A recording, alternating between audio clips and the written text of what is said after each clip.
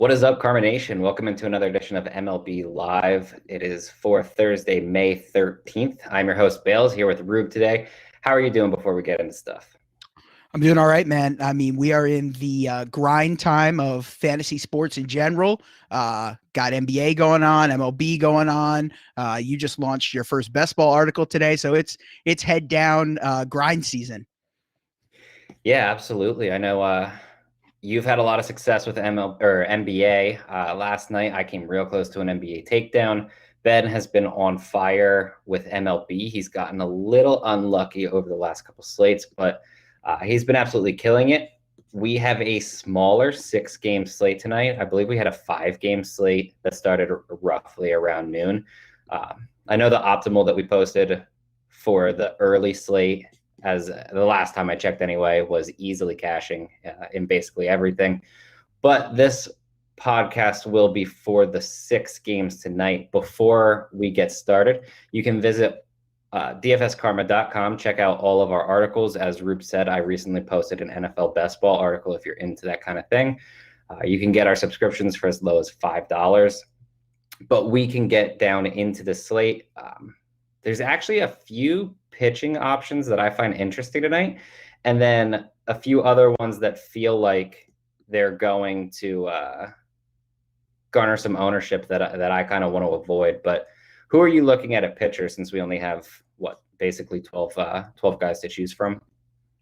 Yeah, I think a lot of the ownership is going to gravitate towards these 3 guys. Personally, I think Christian Javier, Zach Plesac, and Trevor Rogers are going to garner a lot of the ownership. Of those 3, I'm probably likely not to play Rogers today. I just kind of respect the Arizona offense a little bit. Our boy Carson Kelly, absolutely dominant versus lefties. And just, I mean, real soft matchups here for Javier and Plesac, going against the strikeout heavy Seattle Mariners and Texas Rangers. Personally, I'm taking that savings. That $1,700 goes a long way on a core slate. So for me, in my optimal, I think I'm going to have Zach Plesac as my SP1 and then look to pay down at my second spot. I was talking about him in Discord before. He's the cover boy of my slate breakdown today, and that's Logan Gilbert. Rookie for the Seattle Mariners, their number 1 pitching prospect. They're calling him up today, and he's minimum price on DraftKings. First question you asked me, Bales, was, is he stretched out? And I think the answer is he's stretched out enough. So he threw 67 pitches 7 days ago in AA or AAA. I can't remember. But yeah, through 5 innings, 67 pitches, worked efficiently. So if we can get him in that, above 70 to 75 range today in a really plus matchup with the Indians, that's really appealing on a core slate at just $4,000. So I think he's my preferred SP2 today. Yeah, I'm really glad that you said that you think Rogers gets ownership and you're going to avoid him, because that's more or less the point that I wanted to make. Arizona's just good against left-handed pitching. They don't strike out a ridiculous amount, and when you're paying $9,300 compared to the other pitchers on the slate, it just feels like you want a little bit more for your money. I agree that Javier's in a really good spot. I really like Plesac. I think another guy that could garner some ownership is Taillon. He's only 7,700, and I know that he's not really thrown deep into games, but we've seen Tampa Bay strike out a ton, and basically in this series. Garrett Cole obviously is going to get his. Jordan Montgomery, I think he posted basically double-digit strikeouts. So I think that Taillon at 77 is just a little too cheap, especially with the Vegas line. Tampa Bay's team total is at 3.8. It's just way too low. My big issue is that I also want to play Gilbert, especially with Cincinnati playing against Chichi Gonzalez in Coors.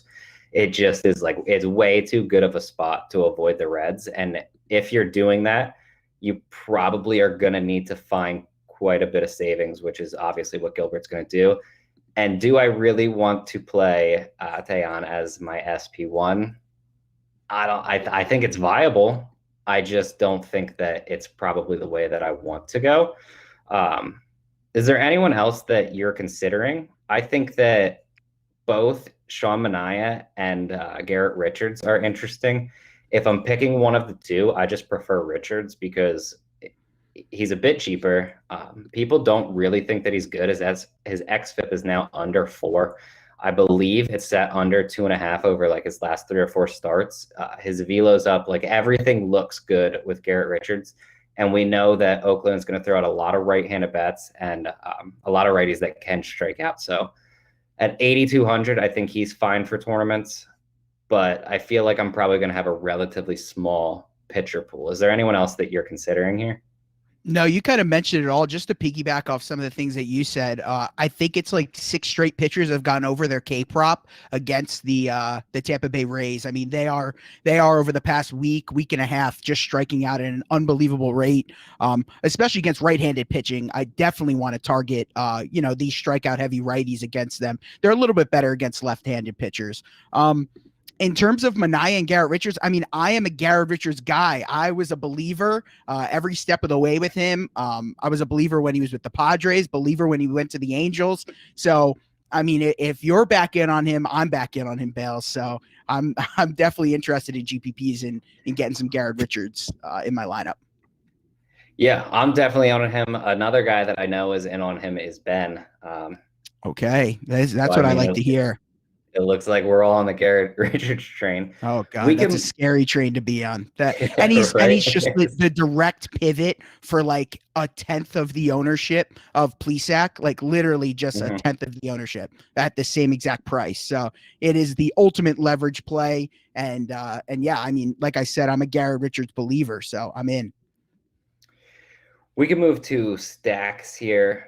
I don't know about you, but Cincinnati is far and away the top stack. Chichi Gonzalez is really bad. They're playing in Coors.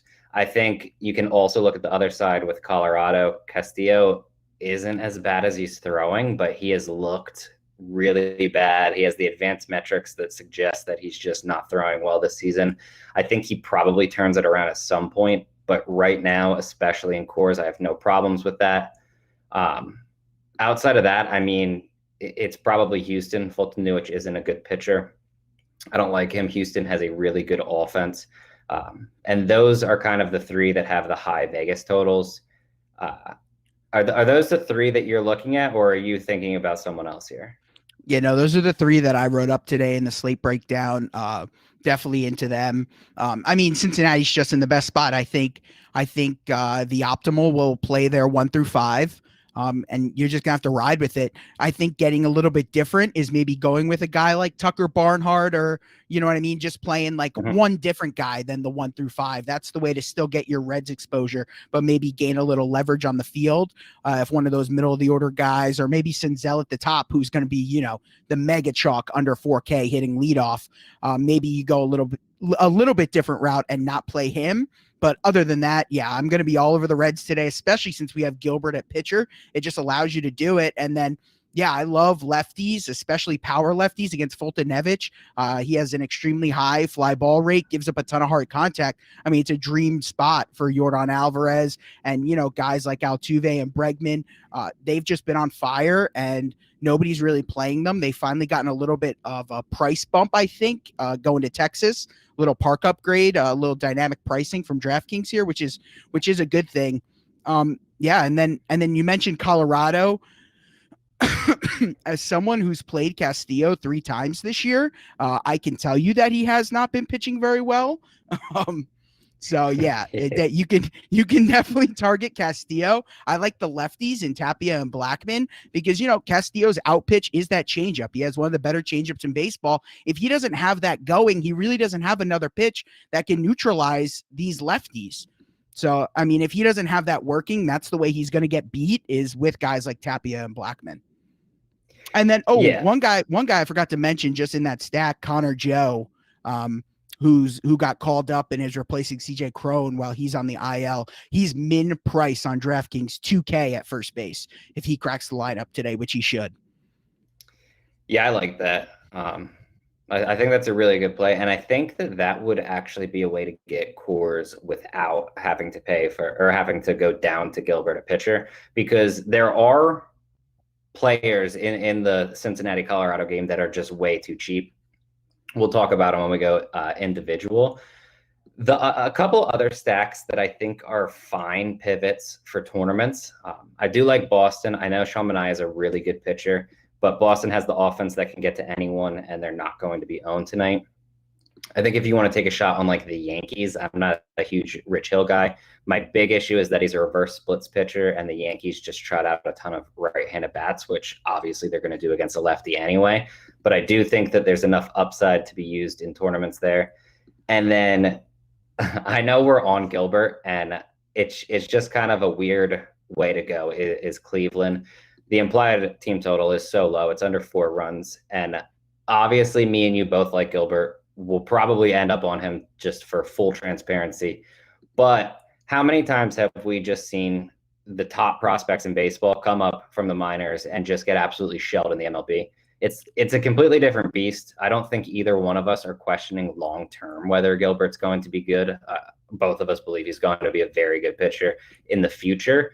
It's just we've seen top prospects before come up and get absolutely rocked. So it's not really out of the realm of possibility.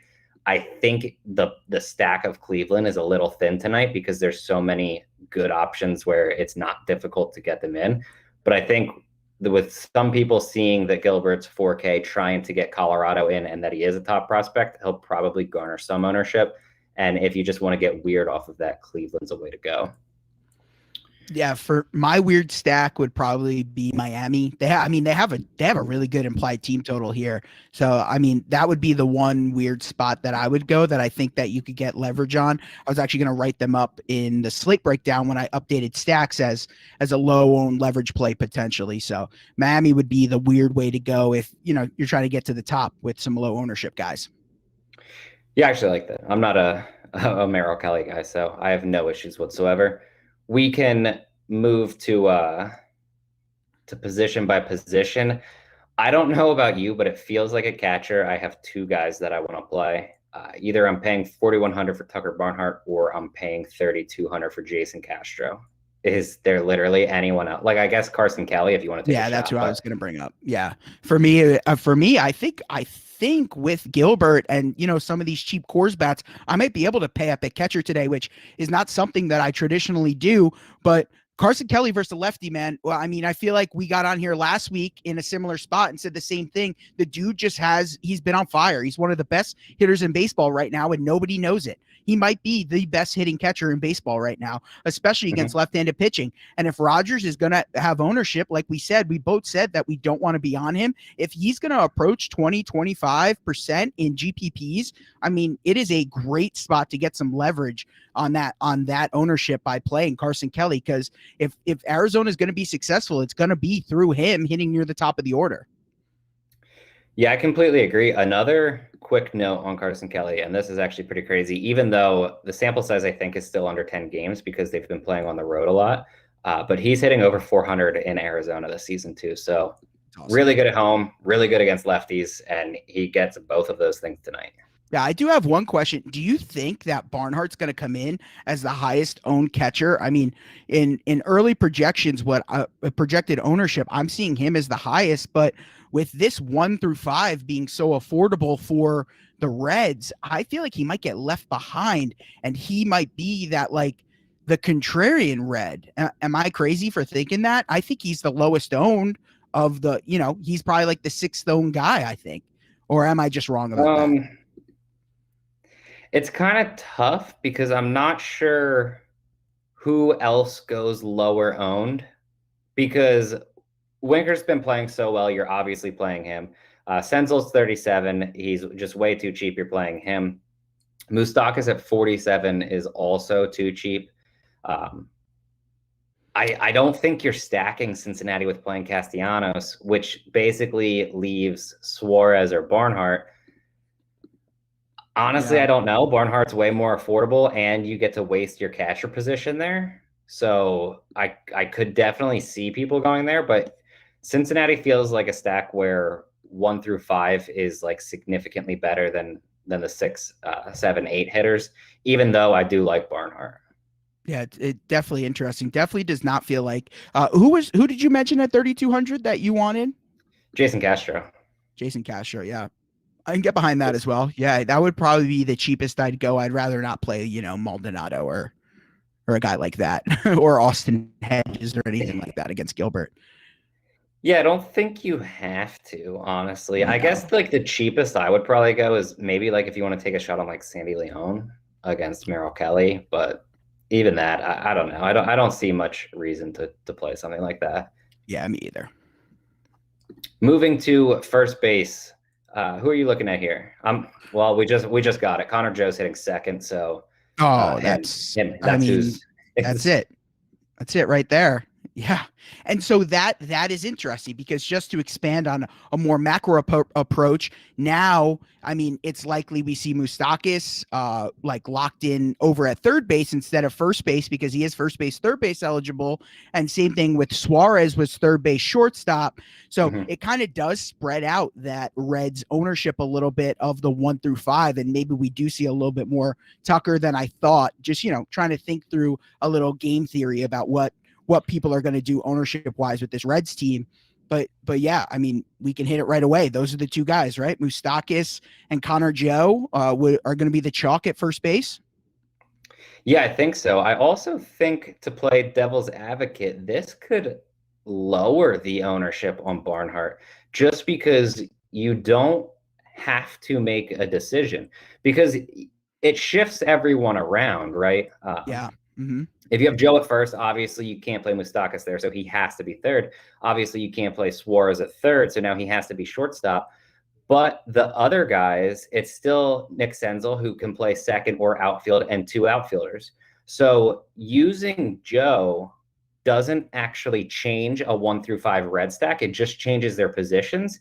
And you don't need to save at that point with someone like Barnhart over Castellanos, Moustakas, Suarez, because Joe's 2K. You're not going to really need the savings, right? Yeah, absolutely. Do you consider Joe, like, I think he's probably a pretty good GPP fade here. I think he could get real popular in some single entry stuff, just 2K in cores, just hope he, like we always say, everyone's floor is 0. We do have another alternate cheap option here at first base leading off for the Red Sox today in Michael Chavez, who historically has hit lefties really, really well throughout his young career. So I think that's the alternative to Joe. And I think he'll come in at lower ownership than Joe. Yeah, I think that Joe honestly probably ends up being one of the highest owned players. I think I haven't like put in pricing or anything, but I think just based on what it seems like, if you use Joe, you won't necessarily have to use Gilbert at pitcher. So I think people are going to shift off of, like, it would help shift off of Gilbert to not to spend ups, but you don't need to go to like the bottom of the barrel pitcher there. Which then, yeah, I think that it would make sense to go with someone like Chavez, who I actually like against a left-handed pitcher. At the same time, if you tell me that you're going to use a 2K guy hitting second in cores in tournaments, like, I'm not going to tell you no. I still think that's a completely fine play. I do think it's fadeable. Yeah. Yeah, I agree. I think this just drives down the ownership of a guy like Matt Olson, who's been, incredibly hot to start the season. We already talked about Richards has struggled to start the year. Yes, his numbers have gotten a little bit better, but, he's Mr. Jekyll and Hyde right now. So he's definitely someone that you can stack against. And Oakland has a healthy team total, and Olson's been seeing the ball really well. So I think it just drives down the ownership on someone like him, someone like Yuli Gurriel, who's priced up, not hitting in a top 4 spot. So that just keeps his ownership down. We also have Luke Voight coming back tonight for the Yankees, much needed for them. They've had a massive hole at first base that he's going to help fill, and hopefully he not hopefully, because I'm not the biggest Yankee fan, but but for his sake, hopefully he can continue on a strong 2020 campaign. Yeah, Voight was someone that I was going to outline. I think another guy that is interesting, just because he's kind of like, you're not spending up for him and you're not spending down for him, is Mitch Moreland at 3,400. It's a good one as well. He's in second today. So a lot of options there. I think it's very clear that Moustakas and Joe are the chalk. They're not going to be very difficult to play. But man, there are a lot of ways you can go. At second base, Are you going to tell me like it's not just Nick Senzel? That's the clear cut guy, right? Yeah, I mean, it is I think the one way you can get a little bit contrarian, gain a little bit leverage on the field is to play Senzel at outfield and maybe play one of these spend up second baseman. I've been really big on Jose Altuve to start the year. To me, he just looks locked in at the plate. He's been seeing the ball well. Hit another home run last night. I keep writing him up every single day, and he just keeps producing for me. So, and we already said that the Astros are probably our second favorite stack. So he's a good way to get exposure to that with getting some leverage on the field. I want to get your overall opinion. I mean, we just talked about Voight. What do you think about going with the Yankees and DJ LeMahieu tonight? I mean, we always like to target them against lefties. Obviously, we wish this was in Yankee Stadium and not in Tampa. But I mean, if we're gonna get the Yankees versus a lefty, at minuscule ownership, like 1-2%, some of these guys, I'm pretty interested. Yeah, I completely agree. I think that the Yankees are an interesting stack. I just think that the Yankees are strictly a tournament stack, one, based on the way the slate is. I mean, the Reds, it's insane. I mean, yeah. Two, Rich Hill actually throws well against right-handed batters, which is a little bit of a concern of mine, but of course, like, does it really matter that much when you have guys like DJ LeMahieu, Luke Voight, Stanton, Judge? You know what I mean? Like, do I really care that much that Hill is historically slightly reverse splits? Not really, but I do think that it's not necessarily the exact same as throwing against or playing against a lefty that historically struggles against righties. Yeah, I mean, I agree. I just wanted to bring it up, maybe as just try to find some leverage on the slate. It's very easy for us to come on here and just be like Reds, yeah. and that is the way we probably will go tonight. But just try to think outside the box a little bit for some people who are trying to gain that leverage in these large field tournaments. Maybe give them an alternative stack if they're playing 3-max and stuff like that. Yeah, no, I 100% agree. Do you have any interest, and this could be kind of like an odd way to go, if you just use Nick Senzel in the outfield and then play someone like Alan Trejo at second? He's 2,200, obviously plays for the Rockies. So the issue is he's hitting 8th, but at 2,200, does it necessarily matter that much? I mean, we could see a ton of failure at second base here. Like, if you play Senzel in the outfield, he's the optimal second baseman, and then there's no other cheap outfielders that you want, and he's your cheap guy. I think it would then be, just comparing him to some of the other outfield options. The difficulty is, like, I prefer Joe strongly over him, and we already talked about how we can move some positions around to make him and the Reds work, and we have a cheap pitcher, so that's why I just don't think it's optimal, but I mean, it's fine. Yeah. It's fine to pay down at second base. Never gonna hate that. Or go all the way up with Ryan McMahon. Yeah, definitely. He's what, 5K? People aren't playing him, right? I struggle, man. I struggle to play Colorado today. I don't know. I just believe in Castillo. I know that he just hasn't been good this year. But like I said, listen, I've thrown the guy 3 times already. If I stacked against him today and he just dominated the Rockies, I'd feel like such a fool. So if the Rockies beat me today, I think the Rockies beat me. Outside of Joe, he might be the only guy that I have some exposure to. I'm probably going to be underweight the Rockies, and I'm going to look like a total fish. But what are you going to do? No, I actually more or less agree with you. My big issue is that we know that Castillo's advanced metrics are also bad. Like, they're not as bad as it seems face value, but they are also, not even close to where Castillo should be. So I don't know. I think the Rockies are viable, but do you have anyone else at second that you like, or do you want to go to third? No, I think we should just move on to third. I think there's some good third base plays here at the top. So I'm assuming for the chalk, what we're looking at more or less is just either Moustakas or Suarez, right? Yeah, those two will be the most popular, and then for me, I think the guy that comes in third behind them is Alex Bregman at 55, and just because he's more expensive than them by 800 and 600, he might go severely under owned, like a fourth of the ownership compared to them, and that's an interesting play to me. Like, if you didn't play Joe, played Moustakas at first, and then used Bregman as a one-off spend up, I think that is really, really, really interesting, especially if Joe is going to approach, 30, 35% owned in single entry GPP stuff. Yeah, I think that's a really solid way. I think Kyle Farmer is a completely fine play. He's hitting 7th for Cincinnati, so he's going to go under owned. Crazy enough, hitting 5th for Colorado, Josh Fuentes is 2,300. Crazy. It's a terrible price tag. Crazy. I mean, are the Rockies going to be chalk? No, I still think Cincinnati is. I would say. Yeah, they're just way too cheap, especially for that total that they have. It's not like, Garrett Cole is going to Colorado and their total's sitting at like 3.5 or something. Like their total's still over 5. Yeah, you literally are taking the words right out of my slate breakdown when I was talking about the Rockies. I said, listen, Castillo's good and I believe in him, but it's not like DeGrom or Cole are going into Coors. That's literally exactly what I wrote. So it's definitely not a guy that we don't want to attack, but he has his issues and they've been clear this year. They've really stood out. So yeah, I'm not gonna do the Rockies thing today. I've already planted my flag on that and but they can definitely pay off and they're definitely cheap and they allow you to do the double spend up at pitcher, which can definitely pay off. Yeah, I actually the more that I think about it, if Cincinnati is going to be the chalk and you're going to have to spend down a little bit at pitcher, I think that it's just a completely viable option to stack Colorado and double spend up at pitcher.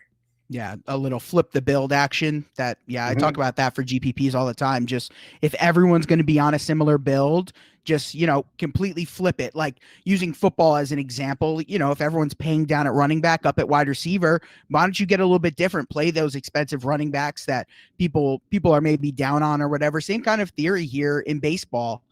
Everyone's using similar projections for the most part. And I think that people get in a lot of groupthink here in baseball, even though we've seen how volatile the sport is and how we should kind of away from using those projection-based lineups and, use a lot more game theory. Yeah, I 100% agree. I think we can move to shortstop.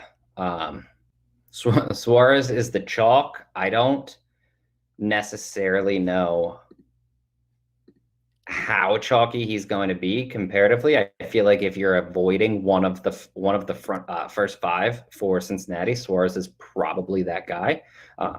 But I do think that he picks up a bit of ownership. I just think it's a little less than the other ones.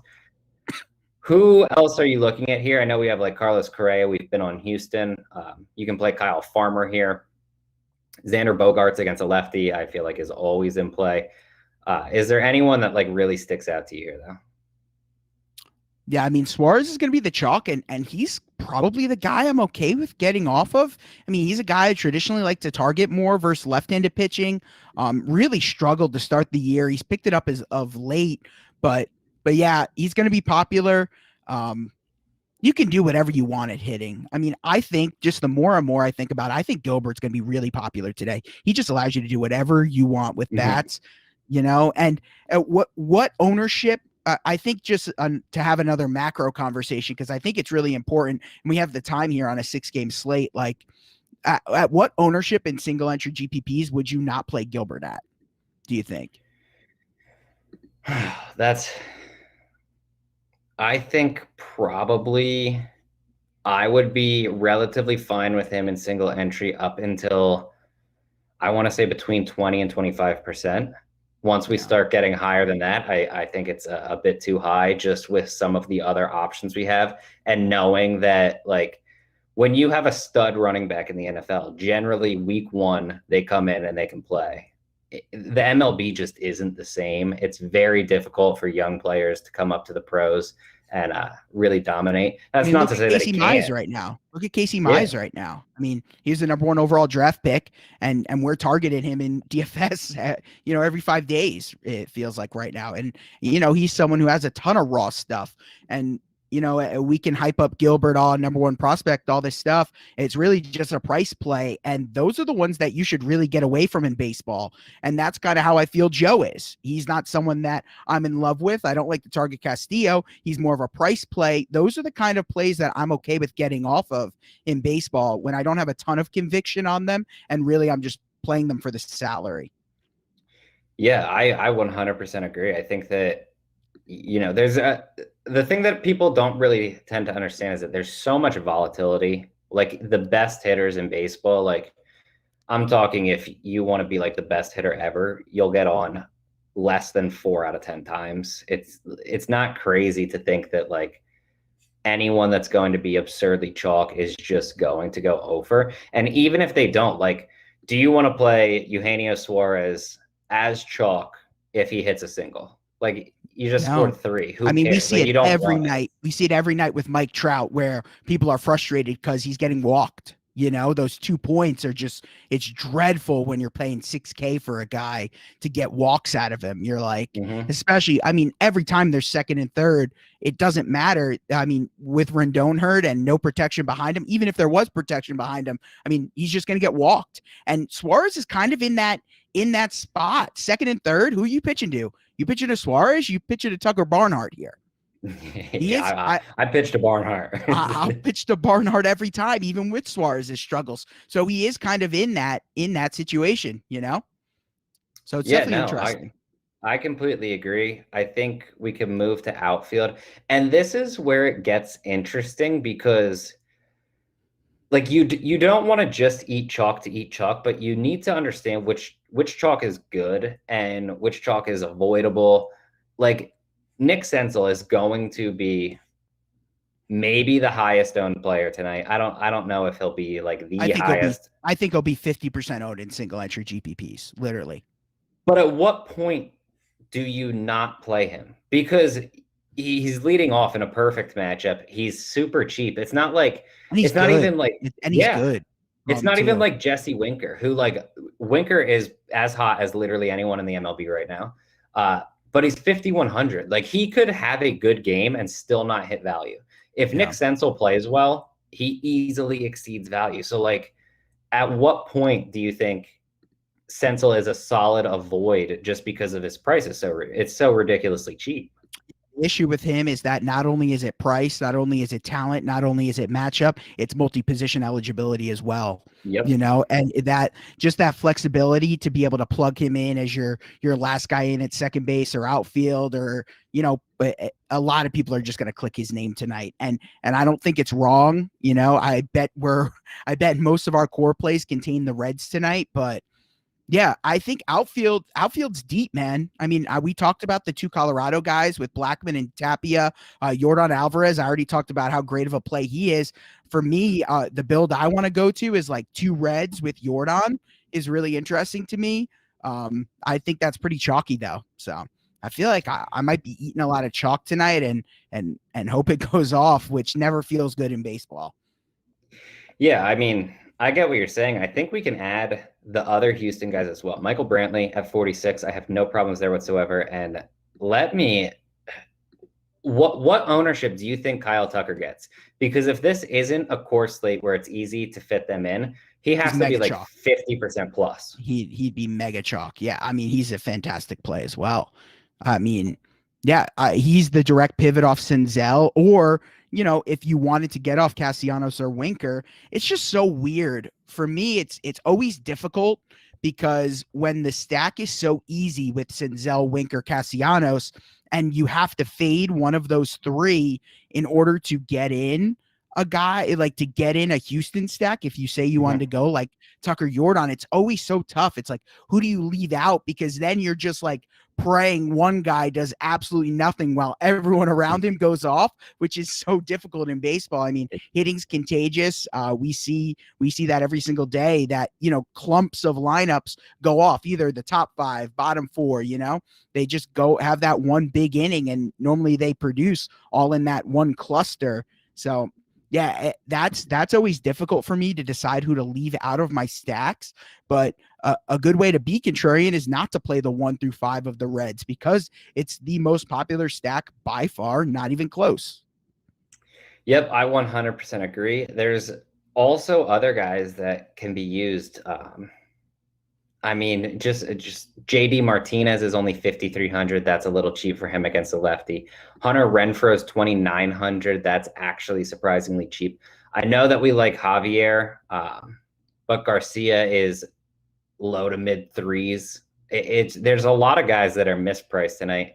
I think if I'm taking a shot on anyone in the mid 3,000 that isn't Nick Senzel, it's probably going to be Kyle Tucker. I think that price tag is egregious. He's hitting sixth, so it's not like he's way too low or anything. But man, I think we hit a lot of people. I think you can honestly add more. Corey Dickerson, even like Adam Duvall's hitting fourth. I think that they're all fine plays.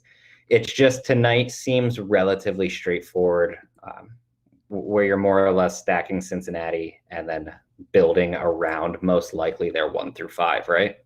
Yeah, I mean, absolutely. And then it's kind of, making those decisions on the one-offs or what secondary stack you want to go to. I think Houston's the popular one. I did talk about the Yankees. Just as I'm scrolling down, just looking at some ownership stuff, I had to go down pretty far to find Giancarlo Stanton, who is one of the hottest hitters in baseball right now, against a lefty at 5.4K, just virtually no ownership.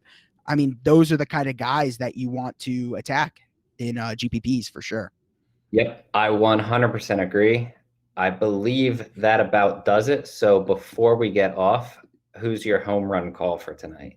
All right, my home run call. I will not be picking someone from the Reds because we already talked about, how incredible of plays they are. For me, it's going to be Yordan Alvarez against Fulton Nevich. He's been unbelievably locked in. Fulton has a high fly ball rate going to Texas, so give me Yordan for Houston.